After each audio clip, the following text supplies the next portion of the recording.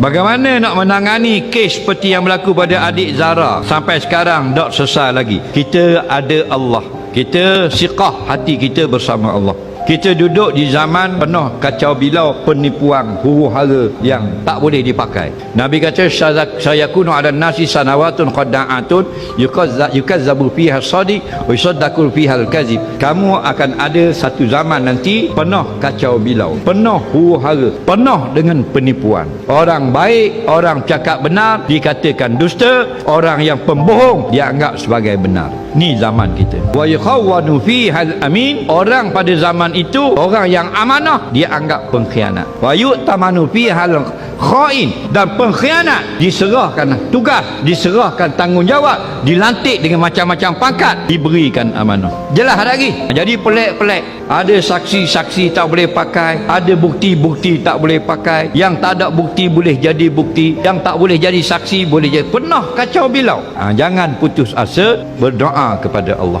agar Allah binasakan pakatan orang-orang yang jahat.